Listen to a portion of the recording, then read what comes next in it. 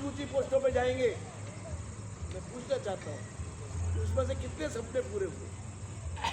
तो हम लोग इनके जो सपने हैं ना, तीनों आदमियों के, महापुरुषों के, उनके सपनों को आप तक पहुंचाने के लिए आए। ये जो देख रहे हैं, सबसे पहले नौजवान लोग बताएं मुझे कि सबसे पहले किसकी तस्वीर है? सबसे इधर शहीद भगत सिंह। शहीद भगत सिंह के बारे में मालूम होगा आपको कि 23 साल की उम्र में फांसी पे चढ़ गए और इन्होंने जेल में इस छोटी सी उम्र में पूरी दुनिया में उनका नाम हो गया।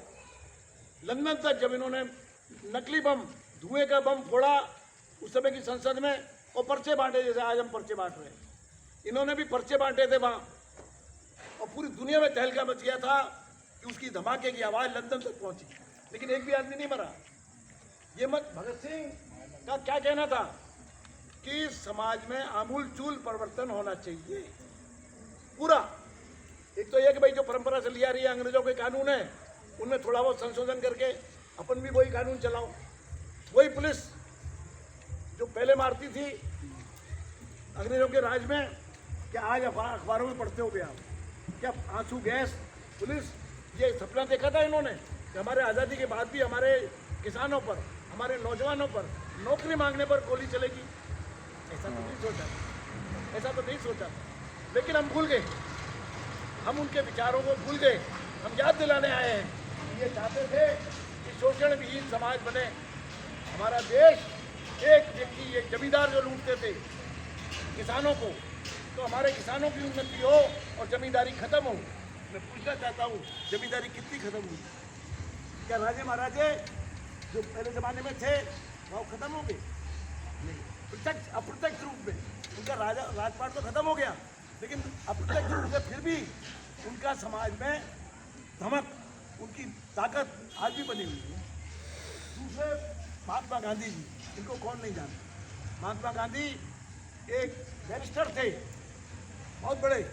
उस बैरिस्टर ने ये प्रण लिया कि मैं जो भारत की दरिद्र जनता है, भारत के गरीब लोग हैं, मैं उनकी तरह ही रहूँगा। और एक वस्त्र धारण करके, एक धोती को उसी को पहनते थे, उसी को ओढ़ लेते थे। और आश्रम में जो सब लोग खाते थे सादा भोजन, वो सादा भोजन नहीं करते थे, क्योंकि इन्होंने आचरण से सिद्ध किया। कोई भी नेता है, उसकी नेता की परख कैसे करेंगे आप? ये जनता का आदमी है, ये सेठों का आदमी है, ये हमारे गबरू और धनिया और होरी का आदमी है, या फिर ये अडानी और अंबानी का आदमी? बुरा मत मानना, हमको ये अडानी अंबानी को गाली देने नहीं आए, लेकिन परखना तो पड़ेगा, परखना तो पड़ेगा। क्यों परखना पड़ेगा? कि सच्चाई जानना, अगर हम शिक्षित हैं तो हमें सच्चाई जाननी चाहिए, ज्ञान प्राप्त करना चाहिए और असलियत तक पहुंचनी चाहिए। तो महात्मा गांधी जेल में रहे 10-15 साल, और फिर कुछ सांप्रदायिक लोगों ने इनकी हत्या कर दी गोली मार। राष्ट्रपिता का दर्जा है, नोट पे छपे हुए हैं, कलदार रुपये पे छपे हुए हैं, लेकिन इनको हमारे ही देश में कोई विदेशी अंग्रेजों ने गोली नहीं मारी। जैसे अंग्रेजों ने भगत सिंह को फांसी चढ़ाया, लेकिन महात्मा गांधी को अंग्रेजों ने नहीं मारा, इनको हमारे ही देश के लोगों ने मारा। और जो तीसरे हैं अंबेडकर जी, इनसे भी आप परिचित होंगे। इन्होंने जो दलित वर्ग के लोग थे, जो बिल्कुल डाउन ट्रोडन समाज के नीचे, कहते हैं कि शूद्र, गांव के जूती जो कहा गया, जिसको एक जमाने में, जिसको गांव में कुएं पे पानी भरने नहीं दिया जाता था, तालाब में पानी लेने नहीं दिया जाता था, इस सबसे पढ़े लिखे आदमी, इन पे 20 डिग्रियां थी बड़ी बड़ी। तो अम्बेडकर ने कहा कि अगर भारत की जनता को उठाना है, यहाँ के गरीबों को उठाना है, तो जो दलित हैं, जो उनको छुआछूत, जिनको दूर से कहते हैं सूरज, तो उनको उन्होंने समकक्ष बिठाने के लिए आरक्षण कराया। और आरक्षण नहीं, संविधान बनाया, और वो संविधान सब पर लागू होता है, केवल दलितों पे नहीं होता, केवल गरीबों पे नहीं होता, वो सब पर लागू होता है, देश के हर देशवासी पर लागू होता है। तो मित्रों, ये 3 आदमी जनतंत्र की स्थापना करके गए। राजतंत्र उपनिवेशवाद, जो अंग्रेजों का राज था और राजाओं का राज था, दोनों आपस में मिले हुए थे, दोनों मिलकर जनता को लूटते थे।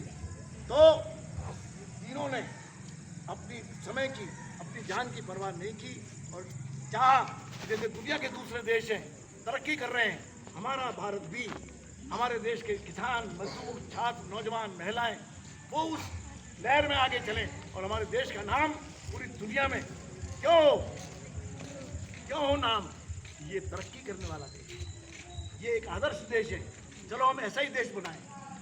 मैं समझता हूँ कि आज जो हो रहा है, मैं क्षमा के साथ कहना चाह रहा हूँ कि वो पुरानी चीज़ें अंग्रेजों के ज़माने की बात, जिनको मिटाया था वो फिर वापस आ गई है। भाई भाई में भाईचारा नहीं है, परिवार में पैसा प्रमुख हो गया है। हमने क्यों बनाई थी ये जनतंत्र, क्यों बनाया लोकतंत्र? क्यों? मनुष्य बड़ा होना चाहिए। आदमी ने पैसा बनाया है ना, पैसे ने तो आदमी को नहीं बनाया। पैसा एक साधन है, लेकिन हमारे समाज में पैसा प्रमुख हो गया है। वो नंगा होके नाच रहा है और आदमी बेचारा सिकुड़ गया। उसको पैसा जैसे घोड़ा होता है ना, घोड़ा तो साधन है ना, तो पैसा साधन है, लेकिन वो घोड़ा हमारे सिर पर टाप दे के नाच रहा है। हम ऐसा समझ, ये लोग जो तीनों हैं हमारे आदर्श, वो ऐसा समाज चाहते थे, ऐसा समाज चाहते थे जिसमें मनुष्य बड़ा हो, समाज बड़ा हो, घोड़ा बड़ा नहीं, पैसा बड़ा नहीं हो। तो मैं यही कहना चाहता हूँ कि हम एक ऐसा समाज बनाना चाहते हैं जिस आप साथ दीजिए, और ऐसा असंभव कुछ भी नहीं है। अगर अंग्रेज कहते थे, उस समय के पुराने लोग कहते थे, अरे अंग्रेजों का तो यहाँ पर भारत से लेकर पूरी दुनिया में राज है, सूरज उनके राज में उगता है और सूरज डूबता है। वही अंग्रेज भारत से नहीं, पूरी दुनिया से भगा दिए गए। पूरी दुनिया से उपनिवेशवाद खत्म हो गया। तो हम एक अच्छे ज़माने में रह रहे हैं, हम एक जागृत ज़माने में रह रहे हैं। तो हम इस जागृति को बना के रखना है, इस जागृति को मजबूत करना है। जो लोकतंत्र है, अगर सबकी चलेगी गाँव में, सबको बराबर बटेगा, सबको बराबर सुख मिलेगा, सबको सुविधाएं बराबर होंगी, चाहे वो नीचे। सबसे पहले गांधी जी कहते थे कि जो दरिद्र नारायण है, जो हमारे समाज की सबसे निचली सतह पे बैठा है, पहले उसको उत्थान करें। तो हम चाहते हैं कि इनके जो दिखाया हुआ मार्ग है उस पर चलने की कोशिश करें। है बहुत मुश्किल, बहुत कठिन है डगर पनघट की। तो मैं जो बातें कह रहा हूँ, बहुत आपको लगता होगा बड़ी आदर्श बातें हैं, इस समाज में कैसे संभव है। मेरा कहना था, अगर इनके ज़माने में संभव थी, तो आज के ज़माने में भी संभव है, अगर हम मिल जाएं। और ख़ास तौर से जो हमारा आखिरी जो बातें, इस पर्चा आपने पढ़ा होगा, इसमें जो मैं पढ़ के सुना देता हूँ संक्षेप में कि सत्याग्रह हम लोग क्या चाहते हैं, अहिंसा, जो गांधी जी की अहिंसा थी, हम अहिंसा का रास्ता चाहते हैं, किसी से झगड़ा नहीं चाहते। तो सत्याग्रह की ताकत आज भी जिंदा है। कॉर्पोरेट परिस्थितियाँ और सत्ता का अहंकार जनता की संगठित और अहिंसक शक्ति के सामने कभी नहीं टिक सकता। गांधी जी ने कहा था, जब कोई व्यवस्था अन्यायपूर्ण हो जाए तो उसके खिलाफ सबने अवज्ञा आंदोलन चालू करना चाहिए।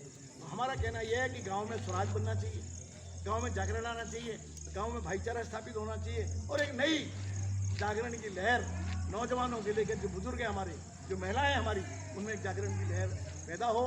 हम फिर संविधान को, जो हमारे मार्गदर्शक है, हमको खुशियों के लिए बनाया गया था, सबकी खुशी हो, उसको हम बचाएं। वो खतरे में, ये आप सब लोग जानते हैं अच्छी तरह से, लेकिन खतरे में कहने से बात नहीं चलेगी।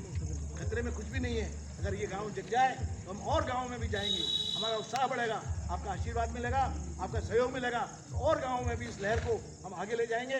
इसी के साथ मैं बहुत विनम्रता के साथ अपनी बात समाप्त करता हूँ। कोई गलती हो तो उसको माफ। बहुत बहुत अभी आदरणीय महेंद्र जी ने भाषा आपके सामने वो बात रखी जिस उद्देश्य के लिए हम यहाँ आए। मैं आपको एक निवेदन करूँ कि हम सभी को, एक गांधी जी ने किताब लिखी थी ग्राम स्वराज, उसको पढ़ना चाहिए सादा भाषा में, और सच्ची ही किताब है। उसमें उन्होंने ये कहा कि अगर देश का विकास करना है तो सबसे पहले गाँव को समझना होगा। और दूसरी बात, आदमी को रोजाना आधा घंटा शमशान में निकालना चाहिए, अस्पताल में निकालना चाहिए, और ट्रेन में बैठना चाहिए, जितना भी संभव हो सके। तो उनसे अपनी पाठशाला बनेगी और हम लोगों के दुख दर्द को समझने का एक केंद्र हमारे को मिलेगा। क्योंकि जब तक आदमी के साथ बैठेगा नहीं आदमी, तब तक उसकी बात को समझेगा नहीं, और वो भी अपनी बात को नहीं कहेगा। इस पर्चे के अंदर तुलसीदास जी ने रामचरितमानस के रूप में जानते हैं लोग। तुलसीदास जी ने ये लिखी, लेकिन उन्होंने विनय पत्रिका भी लिखी और भी कवितावली भी लिखी।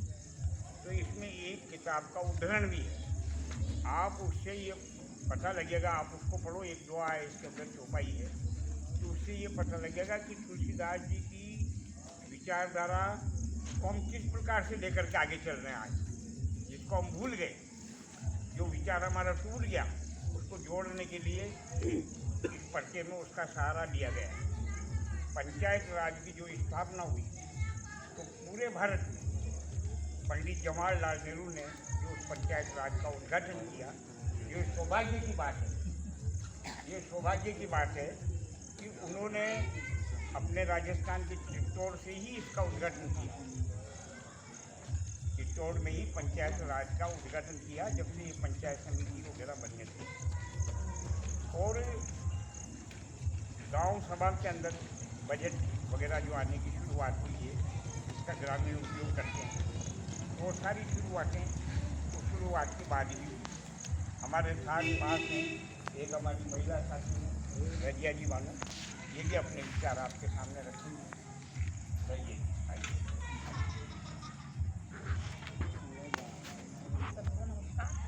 मेरा परिचय तो आपको मालूम पड़ गया होगा। हम लोग आज यहाँ पे लोकतंत्र बचाओ आंदोलन, जो कि इस वक्त हमारे पूरे भारतवर्ष के अंदर सभी अग्रिम संगठनों ने, समितियों ने, सभी ने अपने अपने स्तर पर चला।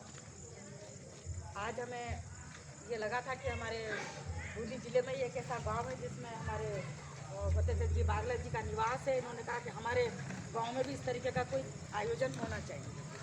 मैं आपको एक बात पूछना चाह रही हूँ कि जैसा कि अभी आपको महेंद्र नेहरू जी ने बताया, तो कितने लोगों को लोकतंत्र की बात समझ में आई। जहाँ तक मेरे बुजुर्ग भाई हैं, उनको तो ये चीज़ बहुत अच्छी तरीके से समझ में आ रही है।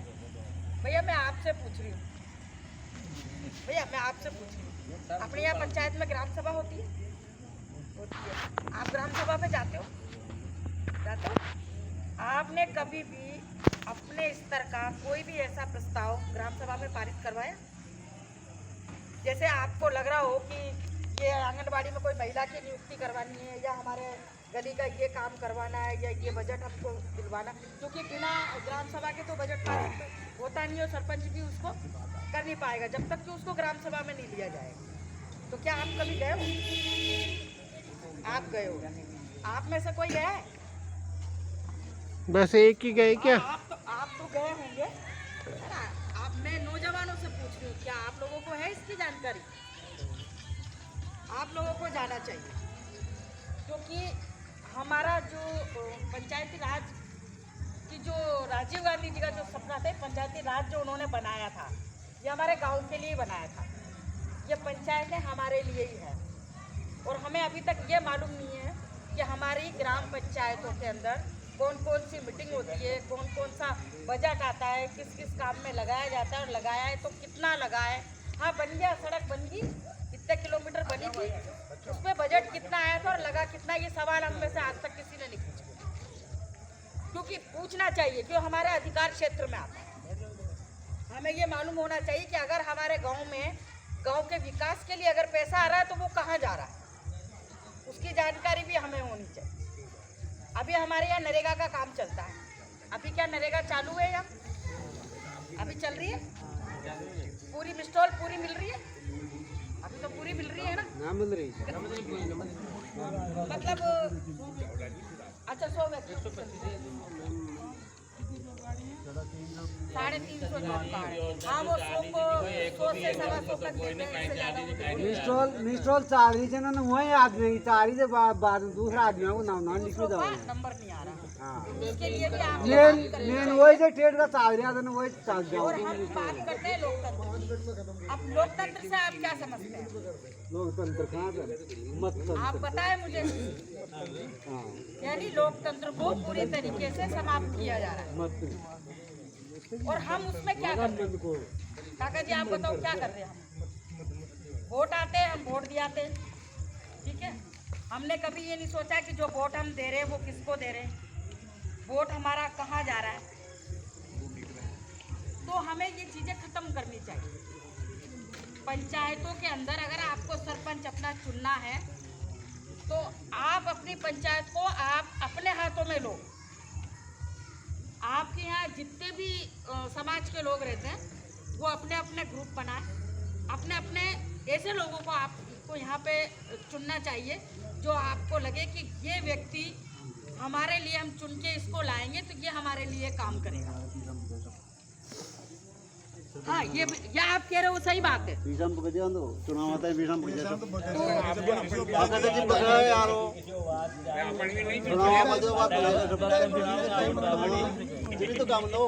इसीलिए हमारे लोकतंत्र की जो हत्या हो रही है ना, वो इसीलिए हो रही है। और हम अपने संविधान को नहीं बचा पा रहे, हम अपने लोकतंत्र को नहीं बचा पा रहे, क्योंकि ना तो हमें संविधान की जानकारी है, ना हमें लोकतंत्र की जानकारी है। क्योंकि अगर ये जानकारी हमें होगी तो हम संविधान को बचा पाएंगे, लोकतंत्र को बचा पाएंगे। क्योंकि अगर आज हमारे वोट को, हमारे अधिकार को अगर हमने उसका सही उपयोग नहीं किया और उसको बेच दिया, तो फिर आप जैसे जिस तरीके से आज बैठे हो उस तरीके से ही रहोगे और हमारा देश जैसे ही 50 साल पीछे चला गया और पीछे चला जाएगा। नहीं ठीक है, इन्होंने पूछा है, बढ़िया। नहीं, आपने सवाल किया, बहुत अच्छी बात है। अच्छा है, बहुत अच्छी बात है। ये इसीलिए ओपन सेशन स्टार्ट आने का मतलब यही है। और हम लोगों का आने का उद्देश्य भी यही है। जो भी बातें अभी आप यहाँ सुन रहे हो तो आप पूछ भी सकते हो।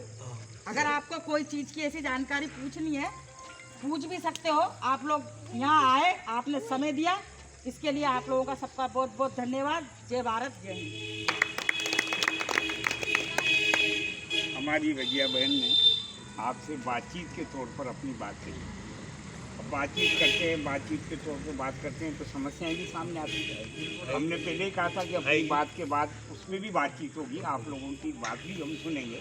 कहने नहीं आए हम आपके सुनने के लिए भी आए, लेकिन उसका वक्त निर्धारित है। और अब आपके सामने हमारे सत्यप्रिय जी पाठक साहब संक्षेप में अपनी बात को कहेंगे। सत्यप्रिय जी पाठक, आइए।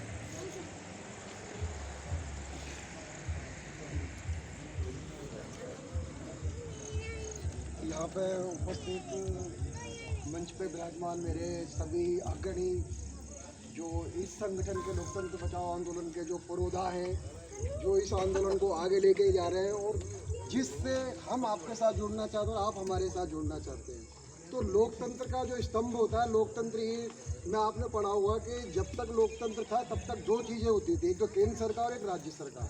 केंद्र सरकार जो बजट देती थी, राज्य सरकार खर्च करती थी। जब ये पंचायती राज व्यवस्था को इसलिए लाया गया कि आपकी ताकत को आपको दिया जाए और आप अपनी ताकत को अपने हिसाब से उपयोग करके अपने क्षेत्र में या अपने गांव का विकास किस तरह कर सकते हैं और उस विकास को आगे कैसे ले जा सकते हैं और उस बजट को आप अपने हिसाब से कैसे खर्च कर सकते हैं, ये पंचायती राज व्यवस्था को लाया गया था।